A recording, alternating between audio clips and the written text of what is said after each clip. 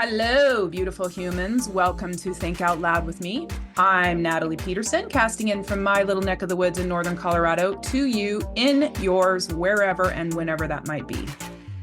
This digital adventure is an effort to turn years of internal chatter, wondering, silence, suffering, and physical and mental close calls into enlightening and empowering conversations with others.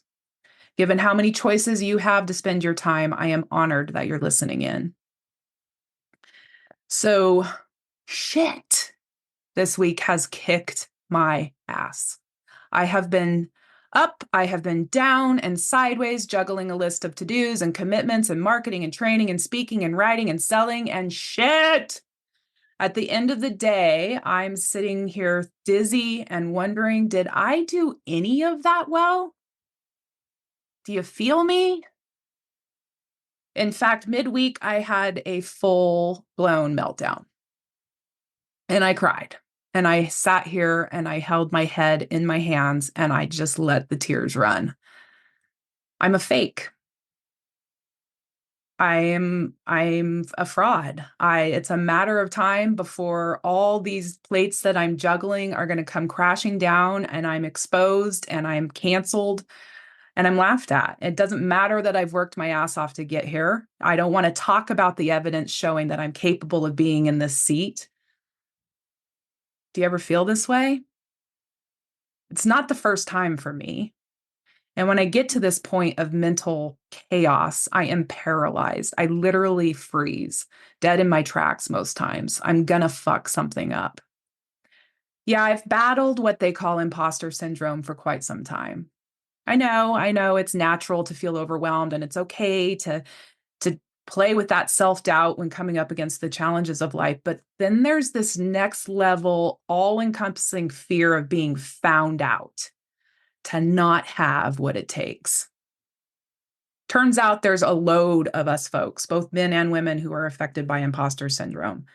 And the negative feelings can be debilitating. The self-doubt can reach heightened levels that end up having powerful negative impacts like strained relationships, burnout, full-blown depression. Even as I got prepared for this cast this morning, I have questioned my qualifications to address the topic. Who do you think you are, Natalie? How do you think you're qualified to support others in thinking about imposter syndrome? Shit, I'm in over my head. And then here comes the freeze. And then a little voice comes out of nowhere and says, stop. For just a minute. Unclench your fucking jaw. Drop your damn shoulders. Rub your temples.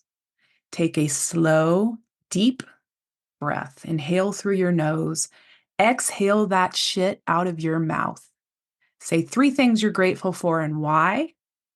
Slightly turn up the corners of your mouth and get on with your fucking day. I didn't write that. My guest did. And now that you're all relaxed and shit, y'all should know her too. She's Sarai, aka the Platinum Giraffe. Sarai is an independent hairstylist educator and life and empowerment coach. She has 8 years of sobriety. Is actively recovering from a 30-year eating disorder and working on her mental health coach certification. Sarai will tell you she's slightly obsessed with empowering humans to achieve their goals and get the fuck out of their own way.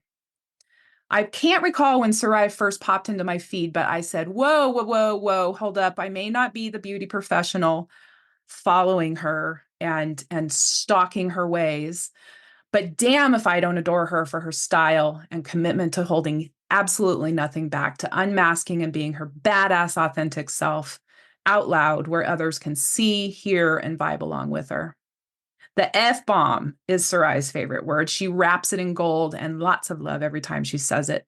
She's been featured in BuzzFeed, Cosmo, Pop Sugar, Sephora, Insider Beauty, The Today Show, and Modern Salon. And when she's not wrapped in a snuggly blanket watching a Disney Pixar movie, she's jumping from an airplane screaming, "Fuck fear!" I'm giddy and admittedly feeling slightly like I'm about 14 years old, seeing a crush at the grocery store. Not sure if I'm going to dive through this screen and lay a big old smooch on her lips or run for the produce section and hide behind the potatoes and onions. Sarai, thank you. Thank you, thank you for accepting my invitation to think out loud together. Where, oh, where do we begin? After that beginning, I don't know, we're done. Mic drop. Y'all don't even fucking need me here. I have to tell you, Natalie, there were two moments I got tears, and I don't know if you were paying attention to my face on the screen, but as you were talking about imposter syndrome, like my eyes just started to well up. And it's um it's such a subject that I'm familiar with. And I love that that's how you started this podcast. I think it's something that a lot of us struggle with. And so just thank you for being so open and being so vulnerable and having this platform where we can come and talk about the hard shit. I mean, the shit of life, the inner thoughts, the inner demons, and coming from a place of like, yes, I'm dealing with it and I'm figuring a way through it. It's Mhm. not just a place to bitch. And I love that. So I just have to thank you so much for having me on here and for asking me to come and for such a kind introduction. It was actually, if you could write all my introductions for all my podcasts, I'd fucking appreciate it. I am 1000% hireable. Haha. Okay, perfect. Well, it sounds like you and I could arm wrestle for who's the bigger imposter. Yeah, yeah, yeah. You know, Um, it's shocking to me how outrageous I've treated myself, how I speak to myself, and how I abandon myself, like turn my back and fully walk away from myself like I'm not worthy. And it's been admittedly sometimes a struggle. I can feel the energy going through me, actually admit how gnarly I am, how gnarly the thoughts are. you know, I'm currently dealing with some imposter syndrome because I'm pivoting. Like I'm pivoting my career. For 20 years, I've been a hairstylist and I've been, an independent educator for 8 years. And the thing about me is I've always felt this call to help people. And my life has been a bit of a chaotic fucking mess. I mean, I was addicted to fucking alcohol for, I don't know, 14 years. I was an alcoholic. I didn't know it. I was a fucking drug addict. I was actually homeless. I was a junkie.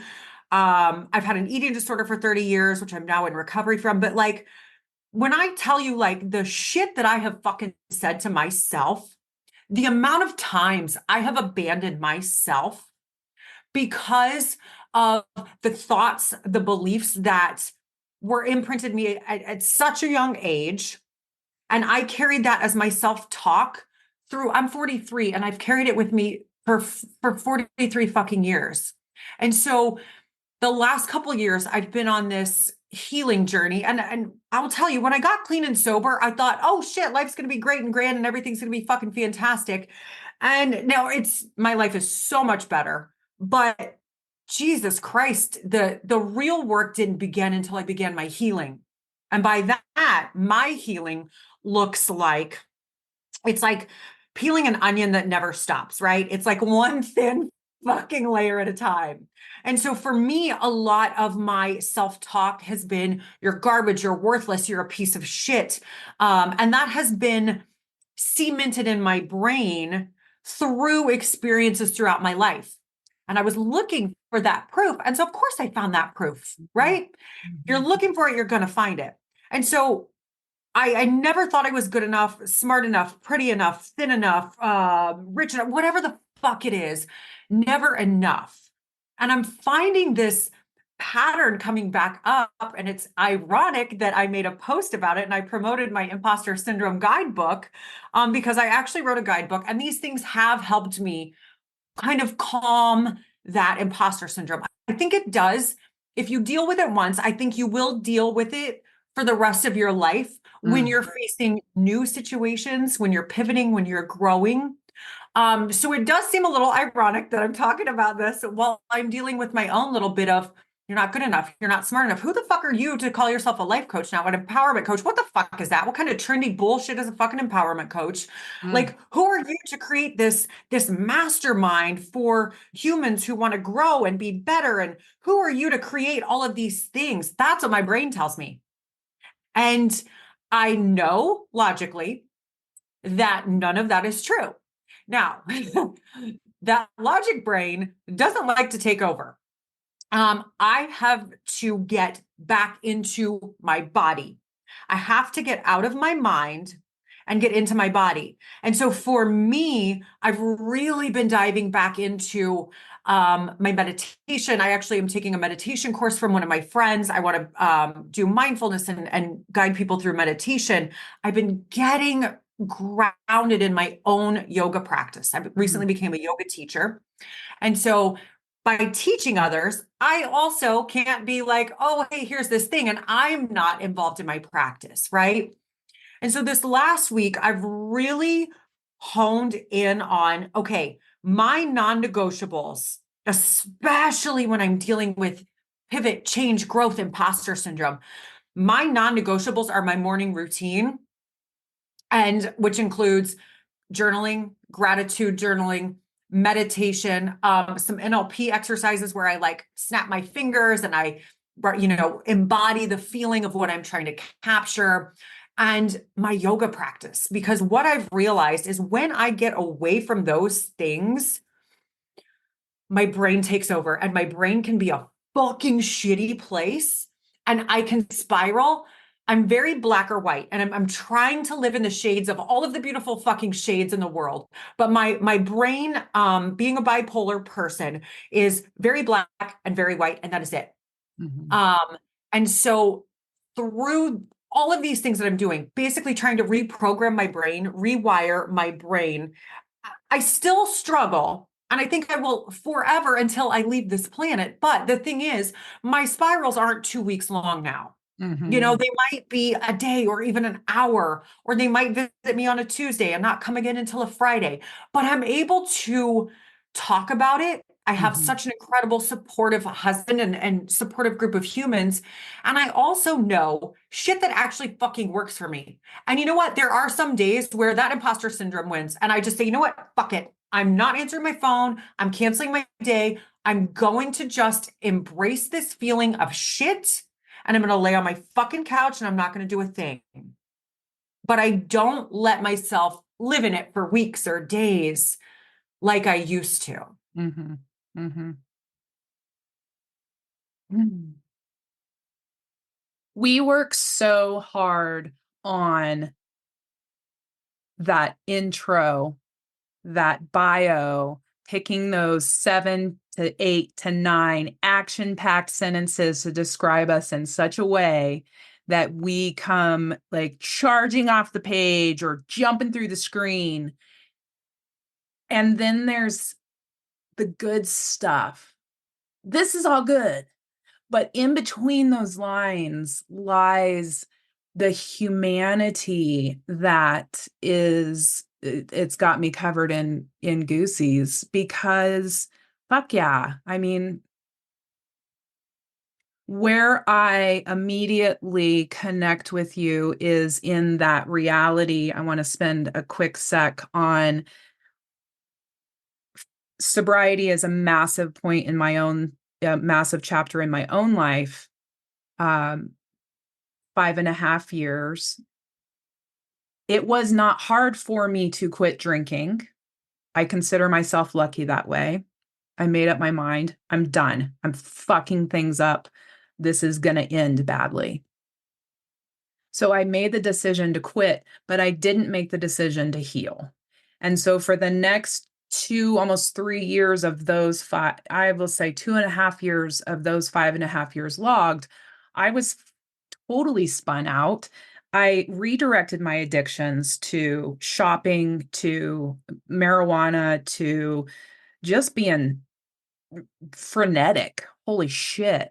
Like driving my own self crazy, and waking up at 4 o'clock in the morning and sitting under a light and reading self-help books and listening to casts and reading, just like trying to find the sentence that was going to click and it was going to turn it all correct and right. And I was going to come up out of this and be like, Papa, here I am, right? And it wasn't until I had this like smack in the fucking forehead of, you have spent your entire life, Natalie, forcing all of this shit behind doors and behind um, manhole covers and standing on top of them and being like, no, I'm done with that shit. I don't need to relive it. I don't need to go back in that direction. I just need to move forward. But the fact is, there was no way I was going to move forward unless I started fucking healing. And I feel that in that's the same, right? It's like, and but then and then healing, where do I even start? Oh my God. That's the $1 million question, right? And it's never ending. And as soon as I think I have something figured out, and I'm like, damn, that's right, that's good. And I can feel the purge and I can lean into it and I can sob and cry and power through. And then I come out glorious. And then I'm like, oh, but there's something else, right? Yeah, But thank you. yeah. Thank you for the healing. Yeah, because there's no way in hell that I would go back to that unhealed life. And even like you said, I did the same thing, Natalie, when I first got sober. You know what I did? I became an absolute fucking workaholic. I threw myself into my career. I was like, I'm going to prove to myself and everybody that I'm not a piece of shit and I'm not worthless. And I made a name for myself in the industry. I built an incredible fucking community. I, got featured in all those. I did all the things. I checked all the fucking boxes, right? And I was like, okay, so I hit my money goal. Why do I still feel like a pile of shit? I hit this goal. Why do I still feel like a pile of shit? And it took me, I don't know, 5 years, 6 years, if I'm being really honest, of working my absolute dick off, grinding, traveling the country, traveling internationally, having multiple burnout episodes from working so much. It took me 6 years to get to a point where I was like, okay, I might need to go to a psych ward because I'm feeling like I'm gonna lose everything. Like I'm gonna lose it. I'm gonna fucking lose my marbles because I don't understand. I am working, I'm accomplishing, I'm proving to everybody that I'm not a piece of shit. And yet my eating disorder reared its ugly head up and became an absolute nightmare. And I realized, fuck, fuck, there's another thing I have to deal with. And so I honestly did not really start peeling my onion layers. I fucking thought I did. Like, if I'm being honest, I was reading self-help books, I was listening to podcasts, I was like, you guys, I'm like healing, but I didn't really know what it meant because I wasn't doing the work. I was going to therapy for sure. Fuck yeah, I'd go, once a week, but then I wouldn't do my homework and I wouldn't work on my own shit. I would just kind of take it and tuck it away, just like I've done everything in my life. Like you, Natalie, I put shit under covers. I mean, I'd lift up floors and stick my shit under there and put it in safes and spackle over the safe.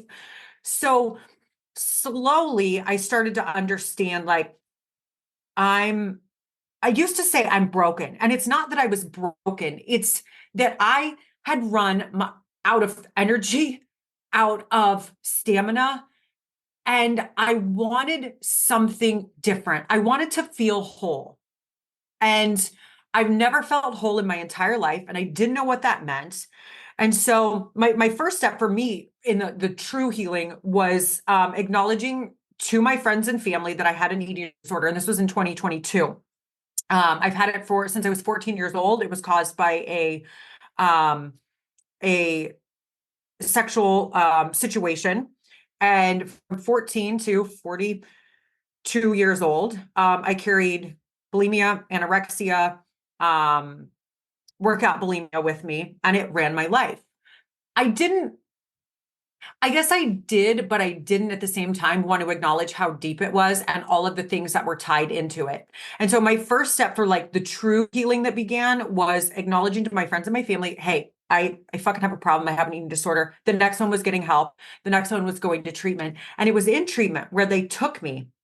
And it's like, shook me like I'm an egg, just like shook me violently and threw me on the concrete and said, all right, now you can begin your healing. Like my guts had to come out. the goo, the pain, the shit that I locked away, that I didn't want to talk about, that I was over, that I was shameful of, that was too painful. It all just fucking came out. And I just remember the day that I was like, I'm Humpty Dumpty today, you guys. And I was in treatment and I was like, I'm fucking Humpty Dumpty. And the fucked up thing, nobody can put me back together. Not my therapist, not my husband, not my best.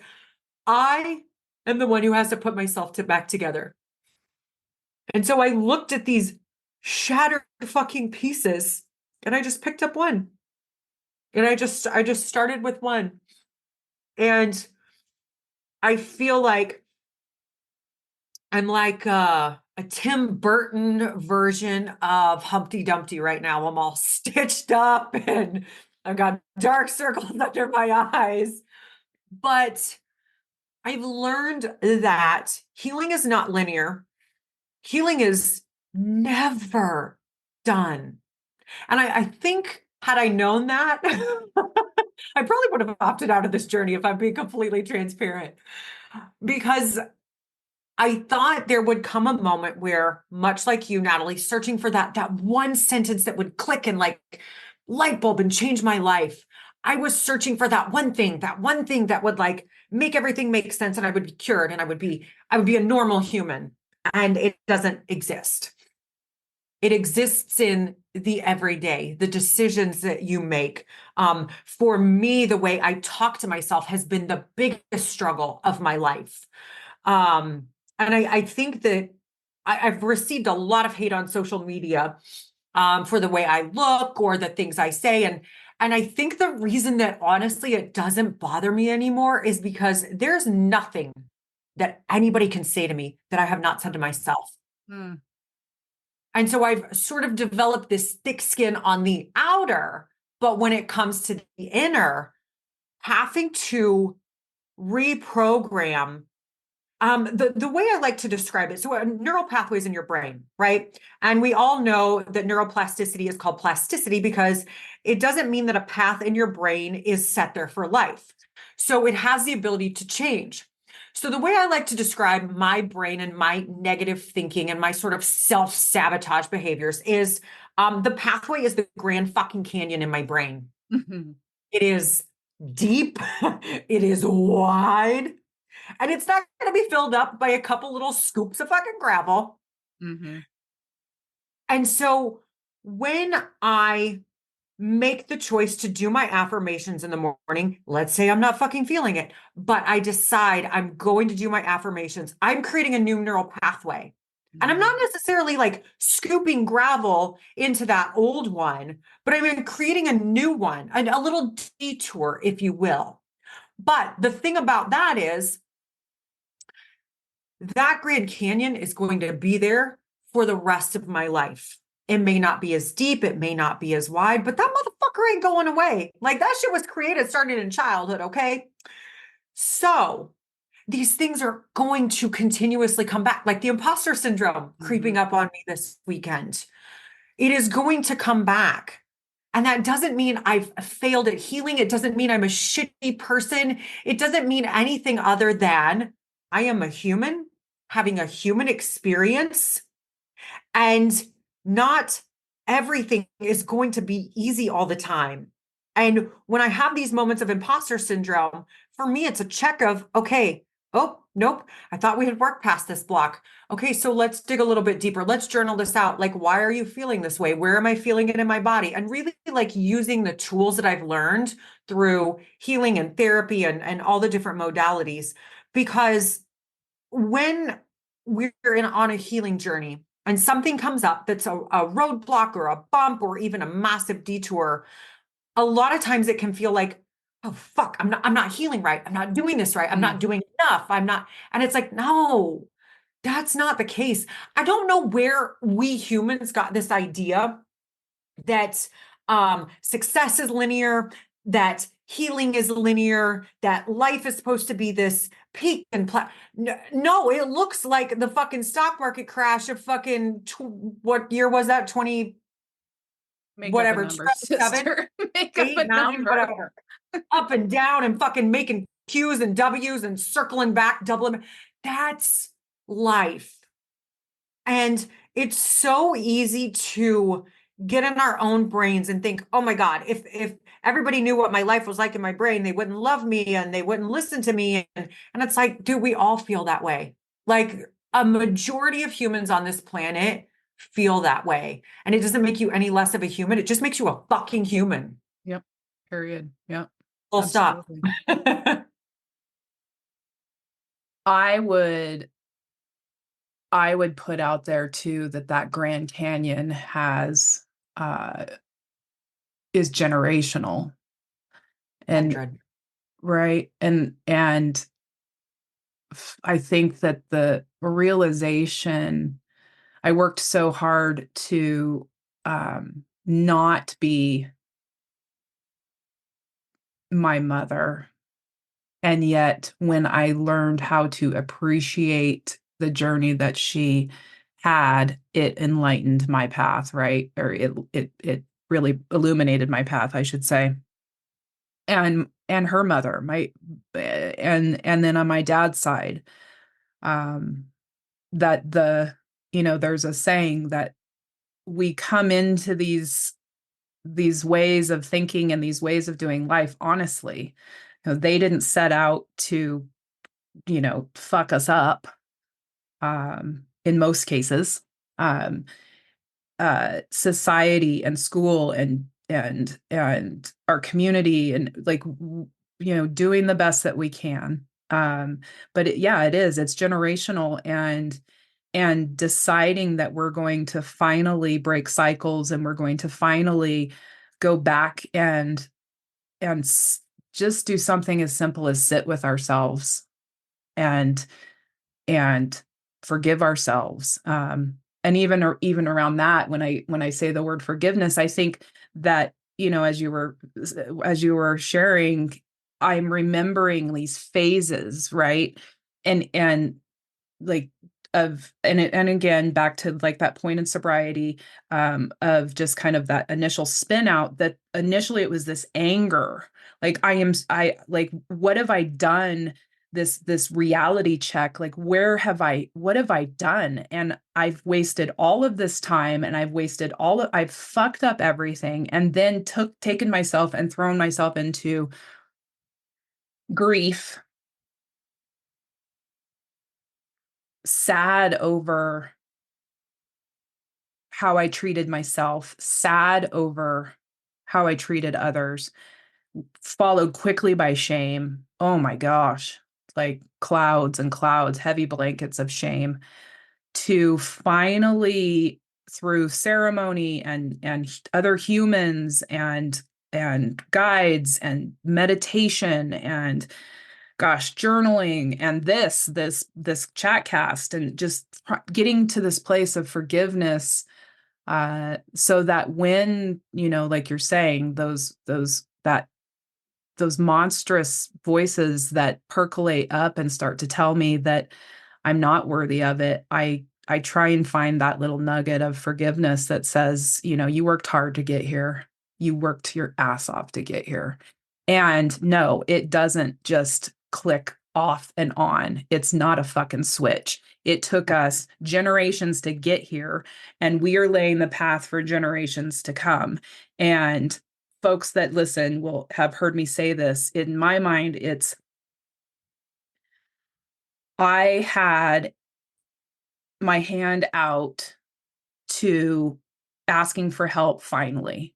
I finally grew the courage enough to say, I'm not going to be able to do this by myself. And holding my hand out, and absolutely floored by the humans that reached back and grabbed me and just pulling me up into this day, just amazing human beings that are just gifts, that have taught and comforted and held and visited and helped me process, such that I'm finally in a place and I share this with you, where I'm messy as fuck, but I'm finally messy as fuck and confident enough to turn my hand back and reach down and say, I've been there, I have been in that hole. I will sit with you. I do not have the answers. I'm still fucking trying to figure them out, but I do know that it's doable. And so my hands are in both directions. I'll never take my hand down and not accept help. I can't do this on my own.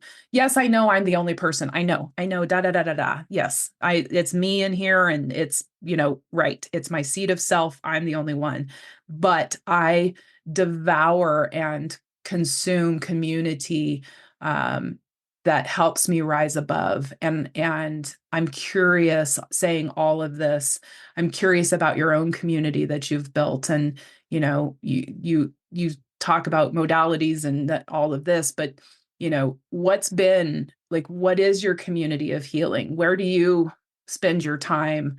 You mentioned therapy. Like, what's your cocktail, your mental cocktail? It's I feel like it shifts, like it dances in the wind. There are some things that are always constant. And then there are things that I'm trying and I'm adding. So for me, therapy. Yeah. I got away from therapy and then I got back in and I was like, what the fuck did you get away from this? You silly goose. You fucking know better. It took me a really long time to find a fantastic fucking therapist who I just adore. And we've done different modalities. We've done DBT, CBT, and our most recent one, I'm currently doing EMDR, which Mm-hmm. is fucking, I love it. I know it's not for everybody and I know it's not recommended for everybody, but I've really been able to process a lot of shit that was stuck. And I didn't know how to get it unstuck. So EMDR is definitely part of my community, my healing modality. Journaling. Um, I used to be a writer when I was little, and even in my 20s, and I would write in my 20s, it was very desperate shit. It was not the same kind of writing, but I've always been a wordsmith. One of my goals is to write a book. So journaling is really important to me, and not just, my thoughts and my feelings, but like sitting in that space and allowing myself to dream and just brain dumping some days, and then some days is you know gratitude, and it's a place for me to just unload my fucking brain, because there's a lot in here. I mean, like, I wish I could just, like, I'm a little teapot, short and stout, hit my ear and it all falls out. But it doesn't work that way. So pen to paper for me is incredibly important. um Yoga teacher training was never something that I had on my radar. I used to be a workout junkie, and I always, like, I would do Pilates, and I taught classes, and again, it was in my eating disorder, I was a fucking nut job. So for me, yoga was like, ew, like, oh my God, are you gonna like do something real to like work out? So in treatment, I was introduced to yoga, and we did yin, which is it's very slow. It's a lot of Yes, stretch. Right. I love yin love it. because it allowed me to drop into my body. And I have been running from my body my entire fucking life. I've been running from my thoughts and I've been running from my fucking body. And I've been trapped in both of those. So you can see why I Humpty Dumptied. So I experienced yoga in a completely different way in treatment. And I immediately found, once I got out of treatment, I found a yoga studio that was close to me. And I had no idea. This is how I know that, there's something bigger than me out there, because I never would have found this person, this path on my own. I went to a couple yoga classes, and the yoga teacher was like, I'm doing a yoga teacher training. If you want to just like dive deeper into yoga, you don't have to teach if you do it. And so I just was like, you know what? Fuck it. Here we go. And I can't tell you how much that transformed me. That has probably been one of the biggest blocks of my community and my support and my healing is healing my relationship with myself, healing my relationship with movement, healing my relationship with food. And also, that very black or white thing. It's like in yoga, it's flow and it's being in the present moment. I'm not living in the past. I'm not living in the future. I'm not beating myself up. I'm literally breathing. And so through yoga, I found an incredible fucking community of amazing humans and healers, and tarot is part of my healing and my affirmations. I'm actually getting ready to create an affirmation deck. I created a shadow work journal for people that was like, I don't know, it was kind of like me healing out loud, if you Mm, will. The questions and the things that I did, the work that I did, and I put it into a book and I shared it with people. And the just the incredible people I've met. Like, it's fucking weird how once you start talking about something, like the universe is like, oh, bitch, you want that energy? I got you. I got you. Bam, bam, bam. And it's like, I thought it was weird when I started talking about my sobriety. And then I thought it was weird that I started talking about my eating disorder. And then I thought it was weird that I started talking about my woo and my healing. And it turns out there's a lot of us weird motherfuckers out there. amen. And so, like, books and being on so many people's podcasts and having these conversations, like, I just feel like my community is like this spider web across the fucking world of incredible people who I'm constantly looking to. And I've got new resources all the time. And I'm like, oh, fuck that book. And I mean, I hate the fucking word blessed because I have like religious trauma and it puts me back in that space. But like, I'm grateful as fuck.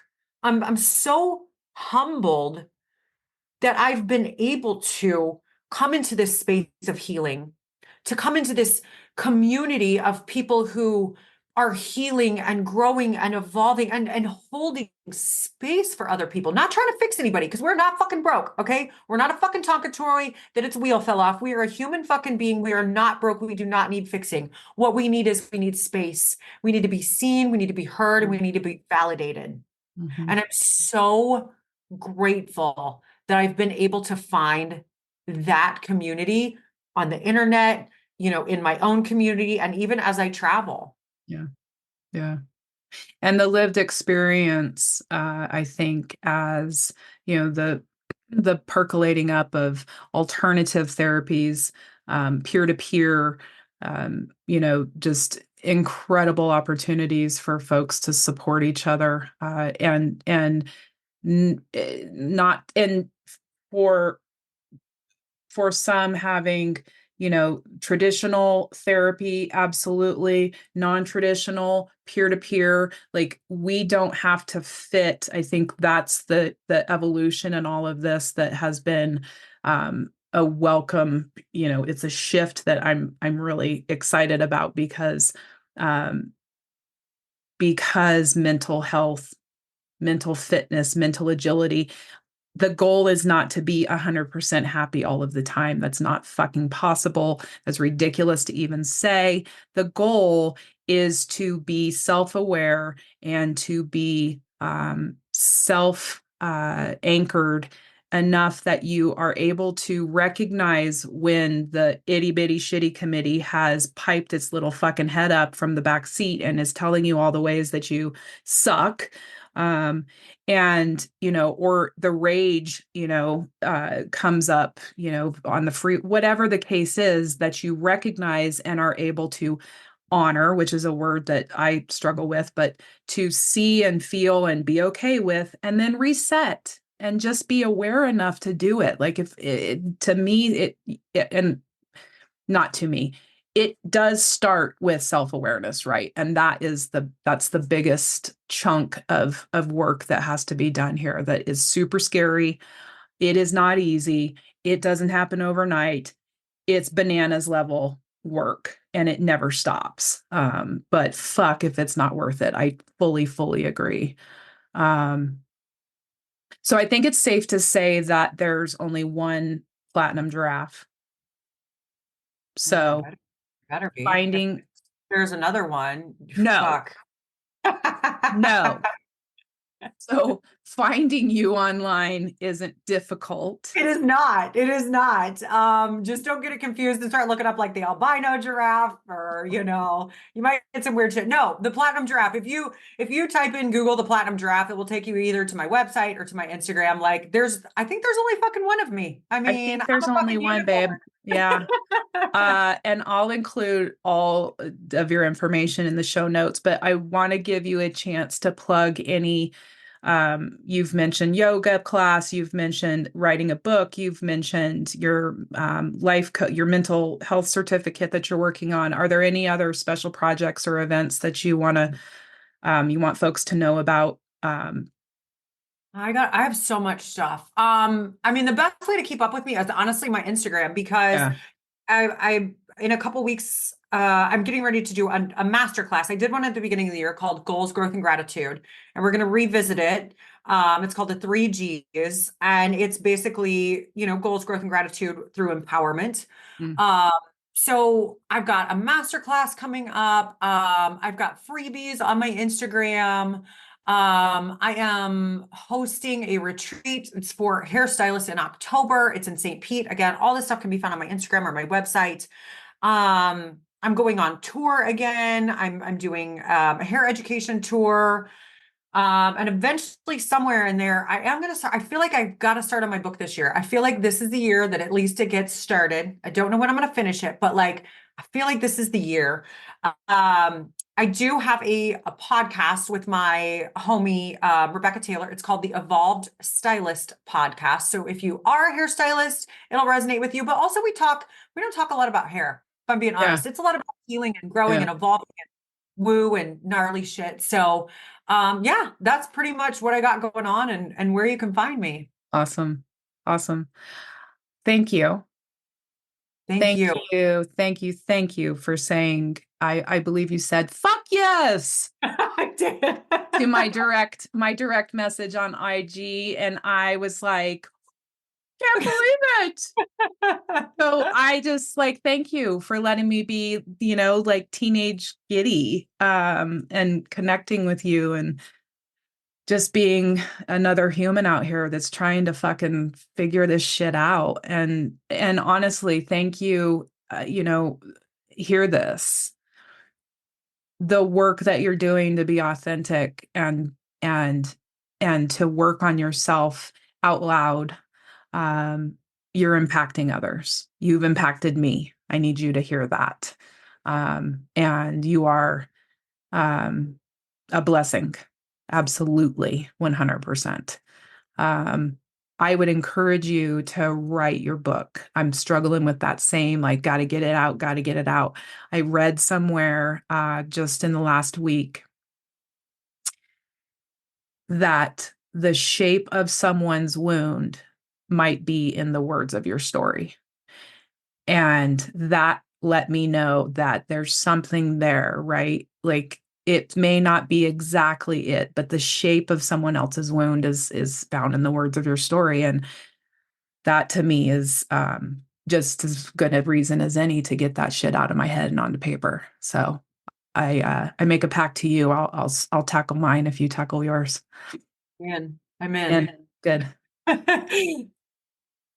We started this podcast with me crying and we're ending it with with me crying. I just I'm so honored. And I read people's energies. I just get a vibe of people. And of course, when you reached out, I was like, fuck yeah. But when you said, the healing out loud, vulnerability is one of my superpowers. And it's just really nice to hear because some days I'm like, shut the fuck up, Sarai. This isn't your diary.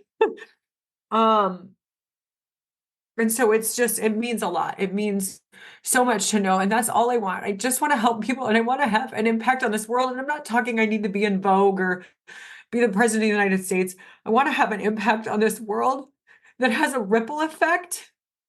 And that is why I share. That is why I share so openly and so vulnerably because I needed it when I was in a space and it has helped me heal. And so I will heal out loud so that I can continue to heal, and I will not be ashamed of it. So thank you. Yeah, thank you. And thank you, folks, for listening in. Thank you for choosing to think out loud with me and my beautiful guest, Sarai Spear, the Platinum Giraffe, in all of her beauty and humanness. Until we visit again, go live with intention and love. And please, please, please, whatever you do, please don't let anybody fuck with your flow. Big hugs, big love. Bye, friends.